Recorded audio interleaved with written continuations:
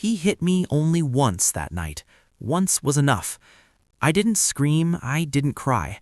I just turned my face back toward him, tasted blood, and memorized the shape of his smile. A quiet, satisfied curve, like he'd finally broken something inside me. I went to bed without a word, but silence is never surrender.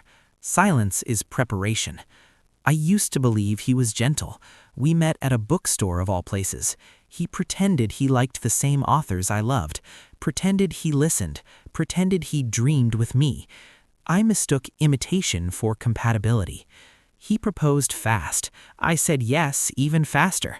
I thought speed meant passion. I didn't know it also meant control. The first year was soft, warm, careful.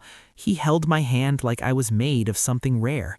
Then slowly he started holding it like I was something he owned. The changes were small at first. He stayed late at work. He guarded his phone. He showered before touching me. I noticed everything.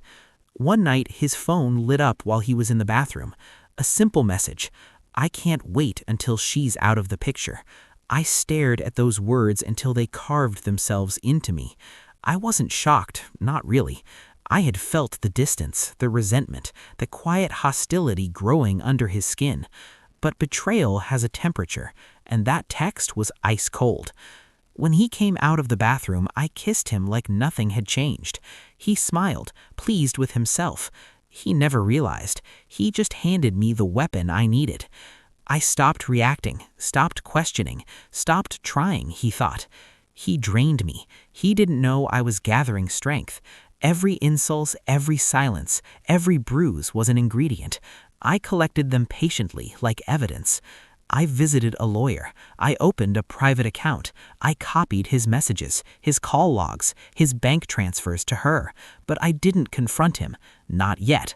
Revenge is less satisfying when it's rushed. Step 1, his job. I sent screenshots of his conversations using the company email. He forgot to log out from 2HR. Inappropriate conduct, misuse of company funds. He was suspended within 2 days. He blamed office politics. I made him tea and nodded sympathetically. Step 2, his affair. I visited her. She didn't know who I was, not at first, but when I showed her the bruises on my arms, she stepped back like the truth was toxic. I told her I wasn't angry at her. I was grateful. She gave me everything I needed. Dates, receipts, photos. She even apologized. But apologies don't fix rot. Step 3, his freedom. I filed for divorce quietly, attached evidence, requested a protective order. The court granted it within hours, but I didn't serve him the papers immediately. There was still one scene left, the one he'd never forget. He slept deeply after the slap. He always slept well after proving his power. I woke earlier than usual, made pancakes, eggs, fresh fruit, set the table like it was a celebration. Sweetness has its place in revenge. It disarms, it confuses, it makes the final blow land deeper. He shuffled into the kitchen, scratching his neck, smelling the food. "Good," he said, "you finally understood." I smiled, but my smile wasn't for him, because he hadn't seen who was sitting at the table. My brother, a police officer, and beside him, my lawyer. My husband froze, the color drained from his face. Finally, the right expression: fear.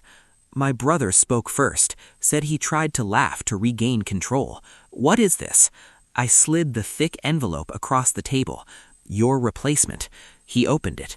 Divorce papers, evidence, restraining order, employment termination notice, financial freezes, everything. He looked at me like he'd never seen me before. And then the realization hit him. Everything he had controlled, everything he built on lies, everything he thought he owned, was gone.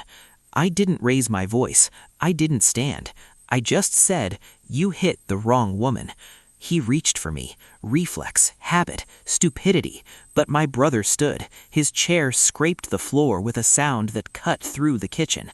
My husband's hand fell back, and for the first time since I'd known him, he looked small. The officers escorted him out. He didn't scream, he didn't fight. He just kept staring at me like the world had tilted under his feet. Maybe it had. I sat down finally. The pancakes were still warm. I didn't feel triumph. I didn't feel guilt. I felt oxygen. Real, clean mind. People think revenge is fire.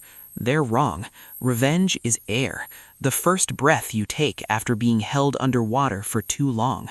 And when he walked out of that door, I finally breathed.